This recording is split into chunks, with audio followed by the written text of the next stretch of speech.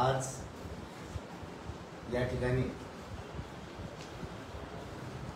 पत्रकार परिषद घेण्यात येत आहे।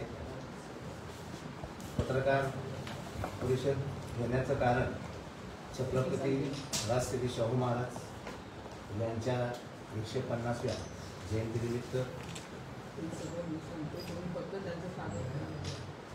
आजच्या पत्रकार परिषदेला उपस्थित असलेल्या वंचित बहुजन आघाडीच्या महाराष्ट्र राज्याच्या प्रदेश अध्यक्षा आदरणीय रेखाताई ठाकूर, या पत्रकार परिषदेला उपस्थित असलेले पश्चिमचे जिल्हाध्यक्ष योगेश जिबन, मराठवाड्याचे सचिव तैयब जफर, युवक आघाडीचे जिल्हाध्यक्ष सतीशजी गायकवाड, त्याचबरोबर अफसर पठाण आणि आजच्या पत्रकार परिषदेला आलेल्या सर्व पत्रकार बांधवांचे मनापासून स्वागत। मी आदरणीय रेखाताई ठाकूर यांना अशी विनंती करतो, यांनी पत्रकार परिषदेला संबोधित करावं। सर्वांना पत्रकार बंधूंना सर्वांना सप्रेम जय हिंद, नमस्कार। प्रथम मी थोडा उशीर केला त्याबद्दल गंभीर आहे। येत्या 26 जून रोजी आरक्षणाचे जनक छत्रपती शाहू यांची 150वी जयंती आहे। आरक्षण हा विषय आपल्या देशाच्या राजकारणामध्ये आता सध्या खूप गाजत आहे आणि आरक्षणाच्या विषयावरती इथे खूप मोठ्या प्रमाणावरती घडामोडी घडत आहेत। महाराष्ट्रामध्ये सुद्धा मराठा, गरीब मराठा आरक्षण आणि ओबीसी आरक्षण याच्यामध्ये एक तणावपूर्ण स्थिती निर्माण झालेली दिसते आहे आणि अतिशय संवेदनशील असा हा मुद्दा बनलेला आहे। आरक्षणाची एकूणच जी भूमिका आहे त्याच्या बाबतीमध्ये जे लोक आतापर्यंत पारंपरिकदृष्ट्या आरक्षण विरोधी मानले जात होते ते देखील आज आरक्षणाच्या बाजूने उभे राहिलेले आपल्याला दिसत आहे। तर या परिस्थितीमध्ये एकूण आपल्या देशामधल्या सामाजिक परिस्थितीमध्ये आरक्षण हा विषय अतिशय महत्त्वाचा आणि गंभीर आहे, कारण की संविधानाने दिलेली एक कार्यक्रम आहे तो, आणि तो इथल्या सामाजिक परिवर्तनासाठी, सामाजिक पुनर्रचनेसाठी अतिशय महत्त्वाचा असा कार्यक्रम आहे। आणि ह्याची सुरुवात म्हणजे एकूण आरक्षण नीतीची सुरुवात जी महाराष्ट्रामध्ये झालेली दिसते ती शाहू छत्रपतींच्या कारकिर्दीमध्ये सुरू झाली आणि म्हणून आपण त्यांना आरक्षणाचे जनक असं म्हणतो। त्यामुळे ही शाहूंची जयंती ही शासनासाठी आणि एकूणच महाराष्ट्रामधल्या जनतेसाठी देखील एक महत्त्वाची याचा एक टप्पा आहे। परंतु तरी आपल्याला असं दिसत आहे की शासकीय पातळीवरती शाहूंच्या जयंतीचा कोणताही कार्यक्रम इथे झालेला दिसत नाही किंवा इथल्या राजकीय पक्षांनी देखील शाहूंच्या जयंतीकडे एक प्रकारे दुर्लक्षच केलेलं आहे। वंचित बहुजन आघाडीच्या वतीने हा जो शाहूंच्या जयंतीचा कार्यक्रम आहे हा खूप व्यापक प्रमाणावरती साजरा व्हावा आणि समाजामध्ये हा संदेश आपण घेऊन गेला पाहिजे की आरक्षणामुळे या ठिकाणच्या वंचित बहुजनांना इकडच्या व्यवस्थेमध्ये एक संधी मिळाली। त्यामुळे आपण या आरक्षणाच्या बाजूने ह्या ठिकाणी आहोत आणि भविष्यातही आरक्षणाच्या बाजूने वंचित बहुजन आघाडी राहणार आहे। आणि ही गोष्ट अधोरेखित करण्यासाठी या बाबतीमध्ये समाजामध्ये जागृती, संघटन आणि संदेश देण्यासाठी म्हणून संपूर्ण महाराष्ट्रामधल्या प्रत्येक जिल्ह्यामध्ये शाहू जयंतीचा कार्यक्रम लोकांमध्ये घेऊन जाण्याची भूमिका आम्ही केलेली आहे आणि प्रत्येक जिल्ह्यामध्ये हा कार्यक्रम खूप मोठ्या प्रमाणावरती आम्ही साजरा करणार आहोत 26 तारखेला। आणि हा जो आरक्षणाचा विषय आहे या विषयामध्ये जे गंभीर प्रश्न उपस्थित झालेले आहेत त्याची देखील साधकबाधक चर्चा समाजामध्ये झाली. त्यातून आता निर्माण झालेले जे काही प्रश्न आहेत त्याच्या बाबतीमध्ये देखील इथे चर्चा घडून यावी अशी भूमिका वंचित बहुजन आघाडीची आहे. आपण अभिवादन करण्याशिवाय अजून दुसरे काही कार्यक्रम घेणार आहात?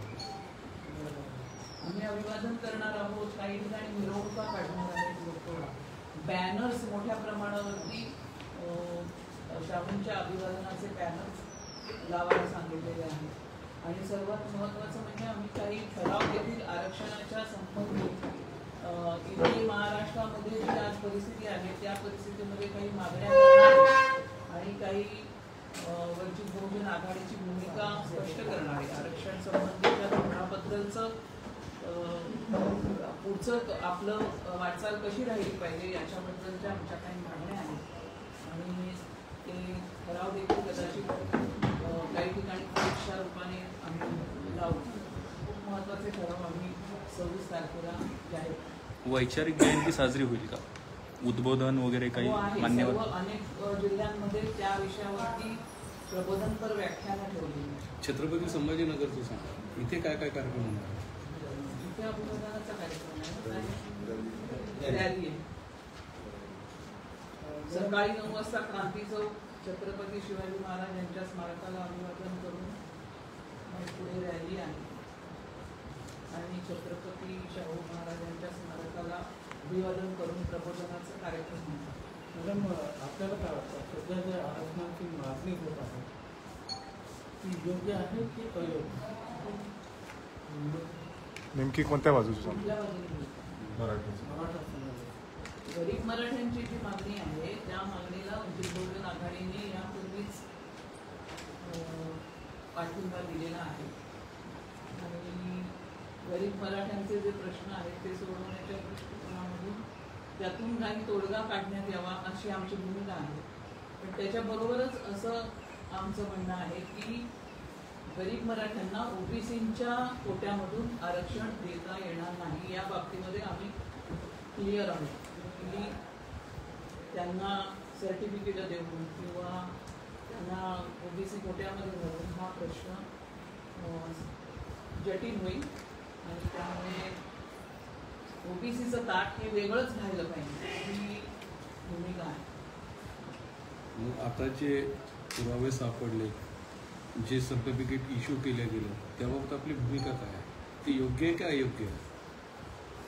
बघा, असं आहे की आरक्षण हा विषय अत्यंत गंभीर विषय आहे आणि त्याच्यामध्ये आतापर्यंत आपण बघत होतो की सर्टिफिकेट हे एक महत्त्वाचं डॉक्युमेंट आहे आणि या सर्टिफिकेट करताना आपल्याला काही पुरावे सादर करावे त्या ठिकाणी लागतात. ते पुरावे तपासण्याचं काम देखील अतिशय पारदर्शकपणे आणि सिरियसली गव्हर्नमेंटच्या पातळीवरती केलं गेलं पाहिजे. कारण की हा संविधानाचा जो काही कार्यक्रम आहे त्याच्या इम्प्लिमेंटेशनची जबाबदारी इथल्या ॲडमिनिस्ट्रेशनची आणि त्यामुळे संपूर्ण समाजासाठी त्याच्यामध्ये पारदर्शकता असणं फार महत्त्वाचं आहे. म्हणजे खोटे पुरावे किंवा चुकीचे पुरावे त्या ठिकाणी चालत नाहीत आणि त्यामुळे आपण तो विषय आत्तापर्यंत जो काही हाताळलेला आहे त्याच्यामध्ये पडताळणी देखील आपण व्हॅलिडिटीचा देखील समावेश त्यामध्ये केला. त्याच्यामधून खोट्या पुराव्यांच्या आधारे सर्टिफिकेट देऊ नयेत असं एक भूमिका आपली आहे. परंतु ह्या सर्टिफिकेट देत असताना खूप मोठ्या प्रमाणावरती खूप घाईगर्दीने सर्टिफिकेट केवळ संख्या त्यांची वाढवण्याच्या दृष्टिकोनामधून खूप दांडगाई झालेली आहे असं आम्हाला वाटतं आणि म्हणून ओबीसीमध्ये देखील जी अस्वस्थता आज दिसत आहे ती त्याच्याचमुळे आहे. त्यामुळे तिथे उपोषण होत आहे, त्याच्यामधला तणाव वाढलेला आहे. तर आम्हाला असं वाटतं की याच्यामधली पारदर्शकता ही समाजाला दिसली पाहिजे, ती आज दिसत नाहीये अशी आमची भूमिका. मुस्लिम आरक्षणाची मागणी होतीये, कसं बघताय मॅम? मुस्लिम आरक्षण आपल्याकडे मान्य आहे, 5% मंजूर झालेलं आहे. म्हणजे याच्या आधीचं जे सरकार होतं 1900 आधीचं जे सरकार होतं इथे त्या सरकारने ती मंजूर केलेली आहे. सुप्रीम कोर्टामध्ये हे मुस्लिम आरक्षण व्हॅलिड ठरवलं गेलेलं आहे. त्याच्या फक्त इम्प्लिमेंटेशनची गरज आहे. पण त्याचा इम्प्लिमेंटेशनचा निर्णय सरकार घेत नाही. कसं आहे की काही प्रश्न हे सुप्रीम कोर्टाने जिथे ओके केलेले आहेत ते करून घेणं ही महत्वाची गोष्ट आहे, परंतु त्याचं इम्प्लिमेंटेशन होत नाही. आमची मागणी आहे ते झालं. मॅडम, मराठा समाजाने आरक्षणाची मागणी केली, त्याला ओबीसी विरुद्ध मराठा असं स्वरूप दिलं गेलं, यामुळे समाजात एक दरी निर्माण झाली असं आपल्याला वाटतंय. हो ना, कारण तो अतिशय संवेदनशीलतेने जो प्रश्न हाताळायला पाहिजे होता तो दांडगाईने हाताळला गेलेला आहे असं आम्हाला वाटतं त्या ठिकाणी. आणि जे काय आहे ते कायद्याची कसोटी, त्याच्यामधलं जे काही नियम आहेत त्याला धरून चिकटूनच सगळ्या गोष्टी केल्या गेल्या पाहिजेत. मी याला ओबीसी विरुद्ध मराठा असं मानत नाही. मी याला असं मानते की त्या ठिकाणी जी गडबड करण्यात आलेली आहे ही सर्टिफिकेट घेताना त्यामुळे हा तणाव निर्माण झालेला आहे. लोकांना कसं आहे की सरकार जे काही करत आहे त्याची एक विश्वासार्हता असली पाहिजे आणि ती विश्वासार्हता नाही राहिली. हा प्रश्न दोन्ही प्रकरणात अतिरिक्त राजकीय हस्तक्षेप होतोय असं वाटतं. मराठा बाजूने पण आणि ओबीसी महाविकास आघाडी विरुद्ध महायुती असंही त्याला खूप नाही, त्याला एक राजकीय रंग देऊन त्याला एक त्याच्यामधून एक सामाजिक तणाव वाढवून त्याच्यामध्ये मुद्दाम भांडणं लावण्याचा एक प्रयत्न या ठिकाणी दिसत आहे. तो राजकीय पोळी भाजून घेण्याचा प्रकार आहे आणि ते चुकीचं आहे.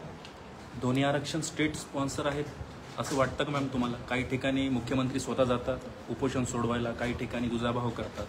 कुठेतरी स्टेट स्पॉन्सर ऍक्टिव्हिटी झाली काही?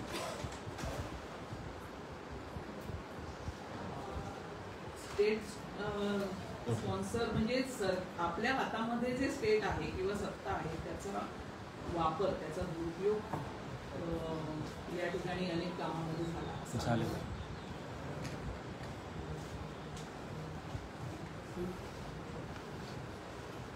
थँक्यू.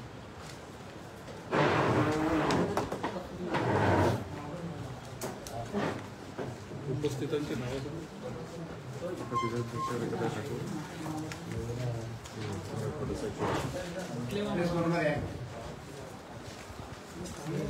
अरे सांगा ना, महेश निनाळे आहे, महेश मिनाळे, मराठवाडा सचिव. जितेंद्र शेट्टी